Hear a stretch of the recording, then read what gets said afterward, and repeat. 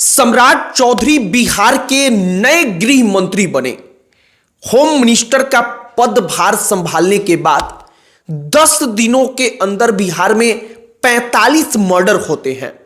यह दैनिक भास्कर अपनी रिपोर्ट में कहता है और दैनिक भास्कर ये डेटा जो अलग अलग मीडिया रिपोर्ट्स में डेटा निकल करके सामने आया है उसके आधार पर तैयार करता है। अब ये डेटा पढ़ करके एक बात मन में आपके आएगा कि सरकार में जो पावर का सेंटर हुआ करता था वो बदला है। पहले जेडीयू होम मिनिस्ट्री संभाल रही थी, नीतीश कुमार खुद संभालते थे, तब भी वही हाल था। और अब सम्राट चौधरी जिनकी ब्रांडिंग बीजेपी चाहती है कि योगी आदित्यनाथ के जैसा हो और साल 2030 के लिए उनको तैयार किया जाए, उस सम्राट चौधरी के पास आया है, फिर भी हाल कुछ वैसा ही है। एक बात और गौर करने वाली है कि 1 तारीख से लेकर 19 तारीख तक, जब तक नई सरकार का गठन नहीं हुआ था नवंबर महीने में, इस 19 दिनों में पूरे के पूरे बिहार में 12 मर्डर हुए। लेकिन जब सम्राट चौधरी अपना होम मिनिस्ट्री का पदभार संभालते हैं, इसके बाद मात्र 10 दिनों में 45 मर्डर। हमने सोचा कि जरा इसकी कहानी बताई जाए और सबसे महत्वपूर्ण गंभीर चर्चा की जाए कि क्या वाकई में उत्तर प्रदेश जैसा बीजेपी बिहार में कर सकती है। क्या कोई दूसरा योगी आदित्यनाथ जैसा करिश्माई काम कर सकता है। सम्राट चौधरी क्या वाकई में बिहार में नई उम्मीद बन पाएंगे, सब पर चर्चा करेंगे। लेकिन आगे बातचीत करने से पहले हमारा नमस्कार स्वीकार करिए। हमारा नाम मोहित कुमार सिंह है। सबसे पहले समझिए कि सम्राट चौधरी का इमेज कैसा बना है और अगर वो सब कुछ संभाल नहीं पाए तो कैसा बनेगा। सम्राट चौधरी की ब्रांडिंग बड़ी जबरदस्त हुई है।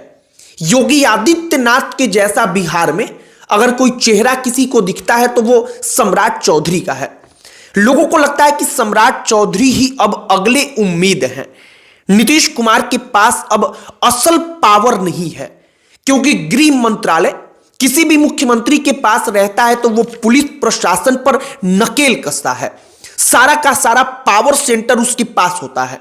लेकिन इस बार गृह मंत्रालय आ चुका है बीजेपी के उप मुख्यमंत्री सम्राट चौधरी के पास। अब सम्राट चौधरी ने बुलडोजर एक्शन शुरू कराया। लेकिन क्या वाकई में बुलडोजर का जो काम है उत्तर प्रदेश में वो जितना प्रभावी रहा बिहार में उतना प्रभावी हो पाएगा?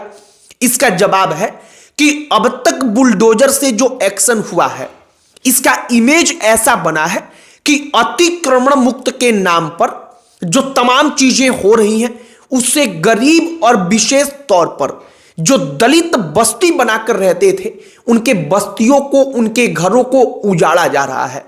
यह हम आपको असल इमेज बता रहे हैं जो सोशल मीडिया पर बनी हुई है। भले ही वो जमीन वाकई में सरकार की है, उस पर अतिक्रमण करके ही घर बनाया गया है, लेकिन चूंकि वो दलित हैं, वो गरीब हैं, उनकी आर्थिक स्थिति ठीक नहीं है, तो सोशल मीडिया पर यह मैसेज ठीक तरीके से गया नहीं है।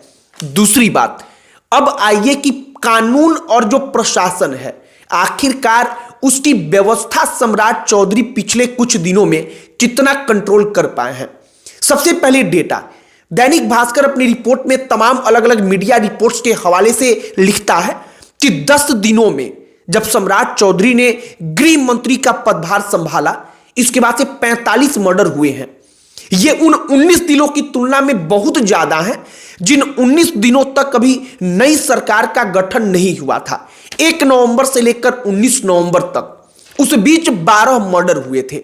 ये तमाम रिपोर्ट्स के आधार पर तैयार किया हुआ डेटा है। जो तमाम अलग अलग रिपोर्ट्स निकल करके आती हैं उसके आधार पर इसे तैयार किया गया है। अब सबसे बड़ा सवाल कि सम्राट चौधरी वाकई में गृह मंत्री बन गए हैं।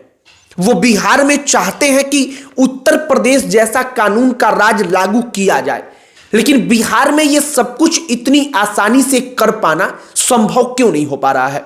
इसका जवाब है कि पहली बात, बिहार में पेशेवर अपराधी बन चुके हैं।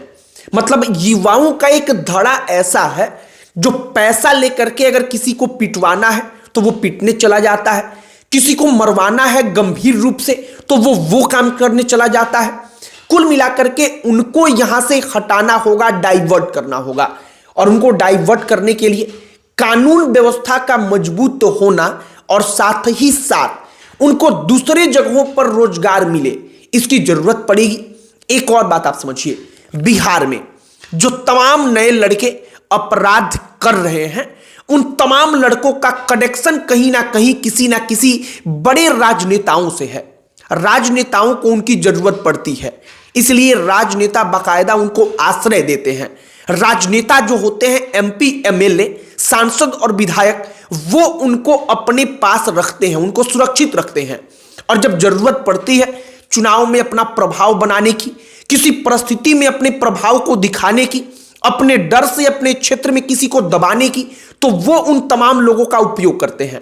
अब सम्राट चौधरी गृह मंत्री तो बन गए हैं, लेकिन ऐसा तो है नहीं कि उनकी सरकार में जो तमाम विधायक बैठे हैं वो तमाम विधायक एकदम साफ सुथरी छवि के हैं। वो तमाम गुंडों से उनका कोई कनेक्शन है ही नहीं, बल्कि सच बात यह है कि सम्राट चौधरी जिन विधायकों के समर्थन से इस बार सरकार बना पाए हैं, वो उप मुख्यमंत्री बनकर बैठे हुए हैं, उन विधायकों की भी इसमें हिस्सेदारी है। और इसीलिए यह बड़ा मुश्किल है।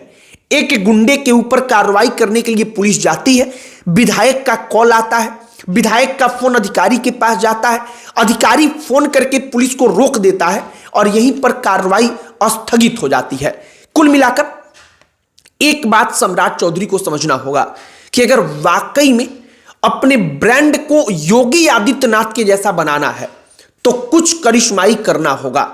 जाति, धर्म, इन तमाम चीजों के समीकरणों को छोड़कर अगर कोई अपराधी है तो उस अपराधी से उसी सख्ती के साथ निपटना होगा जैसे योगी आदित्यनाथ उत्तर प्रदेश संभालने के बाद करते आए हैं, और तब जाकर के शायद सम्राट चौधरी की ब्रांडिंग वैसी बन पाए। बाकी सम्राट चौधरी अगर असफल रहे तो इसका प्रभाव पूरी की पूरी बीजेपी पर पड़ेगा। अब तक क्या होता था कि कानून व्यवस्था लाख खराब हो, भारतीय जनता पार्टी इसलिए बच जाती थी क्योंकि नीतीश कुमार और जेडीयू के पास गृह मंत्रालय रहता था। कोई कटाक्ष करता था, कोई सवाल उठाता था तो वो नीतीश कुमार के ऊपर उठाता था, बीजेपी बच जाती थी। लेकिन अब अगर अगले 5 सालों में सब कुछ सुधरा नहीं तो सवाल सीधे तौर पर भारतीय जनता पार्टी के ऊपर होगा। और दूसरा सवाल होगा, जिस सम्राट चौधरी को बीजेपी ब्रांड सम्राट बनाकर पेश करना चाहती है साल 2030 में, उस सम्राट चौधरी के ऊपर।